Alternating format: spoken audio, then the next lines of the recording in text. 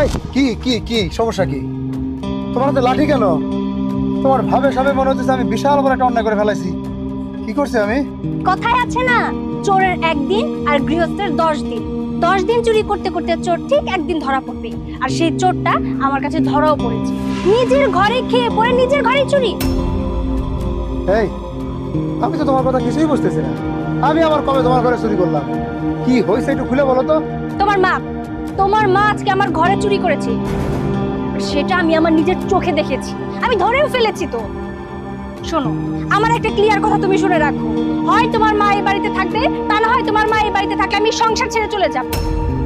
আর আমি যদি একবার এই সংসার ছেড়ে চলে যাই, তোমার অবস্থা কি হবে সেটা তুমি খুব ভালো করেই বুঝতে পারছো।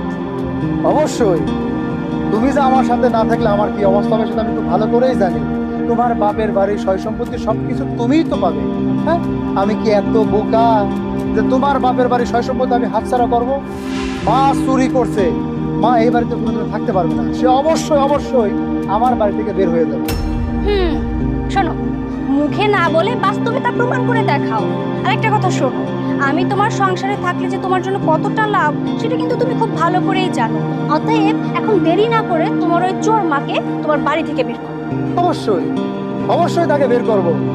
তুমি আমার সাথে আসো, ওই মহিলা এই বাড়িতে কিভাবে থাকে সেটা তুমি তোমার চোখ দিয়ে দেখবা। আসো আমার সাথে, আসো। কত বড় সাহস! আরে বাপ রে বাপ, চিন্তা করা যায়? হ্যাঁ, সি সি সি সি সি সি, আমি এটা কি শুনলাম? তোমার কি লজ্জা শরম বলতে কোনো কিছু নাই? এই বয়সে এসে নিজের ছেলের ঘর থেকে টাকা পয়সা চুরি করতেছো। তাই তো বলি যে আমার বউ দুদিন পর পর সিলেসিলি করে। হ্যাঁ, টাকা নাই, পয়সা নাই, শাড়ি নাই, কাপড় নাই, এগুলো কই যায়? কে নেয় কে নেয়? তুমি নাও, তুমি নাও। তুই আমার নিজের পেটের সন্তান হইয়া আমার এই শরীর অপবাদ দিতে পারলি? একবার জিজ্ঞাসা করলি না যে আমি কি চুরি করছি? না, জিজ্ঞেস করার দরকার নাই তো। চোর তো চুরি, চুরি যাই করছো করছো তো। যে মা নিজের ছেলের ঘরে চুরি করতে পারে, সেই মা নিজের সন্তানকে বিষ দিয়ে মেরেও ফেলতে পারে। অতএব তোমার মতো মানুষের এই বাড়িতে থাকার কোনো দরকার নেই, কোনো অধিকার নেই। এখন এই মুহূর্তে এই বাড়ি থেকে বের হয়ে যাবে।